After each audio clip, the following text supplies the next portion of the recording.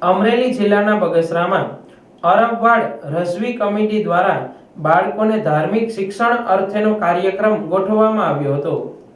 બગસરાના આયશા મદ્રેસામાં કાર્યક્રમનું આયોજન કરવામાં આવ્યું હતું।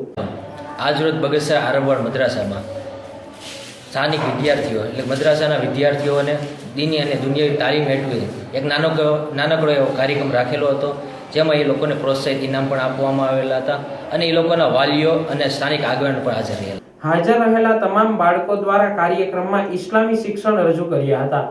મસ્જિદના ઇમામ અને કમિટીના સભ્યો સહિત આ વિસ્તારના મુસ્લિમ આગેવાનો કાર્યક્રમમાં હાજર રહ્યા હતા। આજરોજ મદ્રસા આયશા બગસરા ખાતે જે બચ્ચાઓ અહીંયા તાલીમ લઈ રહ્યા છે એમના માટે દીની અને દુનિયા વિજ્ઞાન મળી રહે એ સબબ એક નાનકડો કાર્યક્રમ યોજવામાં આવેલો હતો।